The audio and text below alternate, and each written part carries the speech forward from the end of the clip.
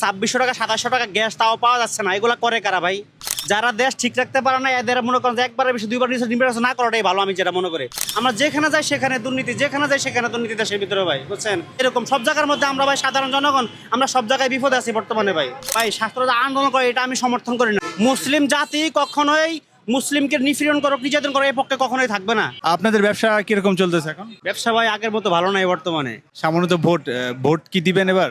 ইনশাল্লাহ ভোটার যেতে হয়েছে ভোট তো দিতেই হবে। কিরকম চাচ্ছেন নির্বাচন, কিরকম চাচ্ছেন আপনারা? নির্বাচন চাচ্ছি ভাই সুষ্ঠু ভোট, যেহেতু আমরা সবাই কেন্দ্রে যে ভোট দিতে পারি সুস্থ মতো, কোনো গ্যাঞ্জাম বিশ্বকাপ যাতে না হয়, আমরা সেটাই চাচ্ছি আর কি। এবার কি ধরনের সরকার আপনারা দেখতে চাচ্ছেন? ভাই আমরা চাচ্ছি আসলে দেশের ভিতরে দেশে আমাদের দেশটা কোনো আপনার শৃঙ্খলা ঠিক নাই, ঠিক আছে? যাতে সব দিকে ঠিক থাকে, দ্রব্যমূল্য দাম যাতে সব কিছু ঠিক থাকে, সবাই তো শান্তিতে বসবাস করতে ভাই, আমরা এরকম সরকার চাচ্ছি আর কি আমরা ভাই। জিনিসপত্রের দাম বাড়া যায় এই সিন্ডিকেটের কোনো শাস্তি হয় না আমরা দেখি। আপনার কি মনে হয় কি এরকম শাস্তি হবে? সিন্ডিকেটের কোনো শাস্তি হয় না, যদিও তারা সাময়িকভাবে ধরা খায়, আবার কিছুক্ষণ আবার তারা সারা পাওয়া যায় অটোমেটিক, ঠিক আছে? তো তাদের আপনার স্থায়ী কোনো শাস্তি তাদের হয় না ভাই। যারা এগুলা করে, যারা সিন্ডিকেট করে আমাদেরকে গরিব মানুষকে যারা বিপদের মধ্যে ফালায়, যারা কোনো কিছু কিনে খেতে পারে না, যে বর্তমানে যে গ্যাসের যে মূল্য বৃদ্ধি 2600 টাকা 2700 টাকা গ্যাস তাও পাওয়া যাচ্ছে না, এগুলা করে কারা ভাই? এগুলা যারা করে এদেরকে বড় ধরনের শাস্তি দেওয়াটা অবশ্যই দরকার বাংলাদেশ সরকারের পক্ষে, কারণ তাহলে আপনার এই দেশের জনগণ এর থেকে মুক্তি পাবে না ভাই। আমরা যারা সাধারণ জনগণ, যারা রিক্সা চালায়, যারা হকারি করে খায়, যারা ছোটোখাটো চাকরি করে, এদের তো ভাই রেহাই নাই।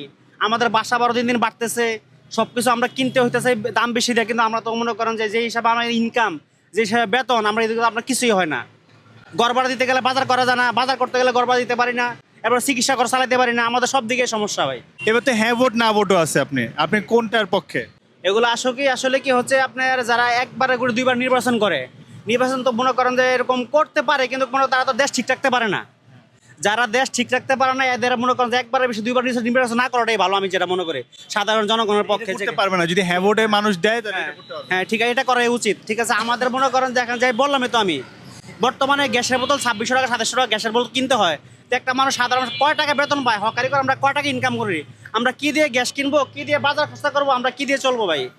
এবার চিকিৎসা খরচ অনেক মূল্যবৃদ্ধি, আপনি হাসপাতালে যান, আপনার নর্মাল কোনো চিকিৎসা নেই, কম টাকার মধ্যে কোনো চিকিৎসা নেই, সব জায়গায় চিকিৎসা ব্যয়বহুল, আমাদের সব কিছু কিনতে হচ্ছে দাম বেশি দিয়া, আমরা যেখানে যাই সেখানে দুর্নীতি, যেখানে যাই সেখানে দুর্নীতি দেশের ভিতরে ভাই, বুঝছেন?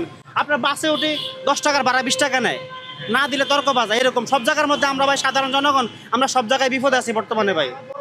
আচ্ছা, ছাত্ররা যে আন্দোলন করে রাস্তা আটকে, আপনি এটা কিভাবে দেখেন? ভাই ছাত্ররা আন্দোলন করে এটা আমি সমর্থন করি না, তার কারণ হচ্ছে কি দেখেন, ওরা আন্দোলন করেন ঠিকই, কিন্তু আমাদের সাধারণ জনগণের ক্ষতি হচ্ছে। কেউ হাসপাতালে যাইতেছে পারতেছে না, কেউ আপনার জরুরি কাজ যাইতেছে পারতেছে না, কেউ আপনার হচ্ছে আপনার এই যে আপনার মনে করেন জরুরিভাবে অফিসে যেতেছে সেও যাইতে পারতেছে না, এটা তো আমাদের সাধারণ জনগণের ক্ষতি, এতে তো কোনো ক্ষতি হইতেছে না।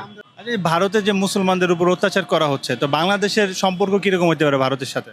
ভাই বাংলাদেশ সম্পর্ক ভারতের সাথে কিরকম হতে পারে, যখন শেখ হাসিনা যখন ছিল তখন ছিল সম্পর্ক একরকম, এখন হচ্ছে সম্পর্ক আরেক রকম। আমাদের মুসলিম, আমরা শুধু ভারত না, বিশ্বের যে কোনো জায়গায় মুসলিম থাকবে, বিশ্বের যে কোনো জায়গায় মুসলিমের উপর আঘাত আনবে, সেটা আমাদের মনে করেন যে আমাদের মুসলিম রাষ্ট্র হিসাবে আমরা এটা তীব্র নিন্দা জানাই, তীব্র প্রতিবাদ জানাচ্ছি ভাই। আমরা এটার পক্ষে না কখনোই। মুসলিম জাতি কখনোই মুসলিমকে নিপীড়ন করো, নির্যাতন করো এই পক্ষে কখনোই থাকবে না।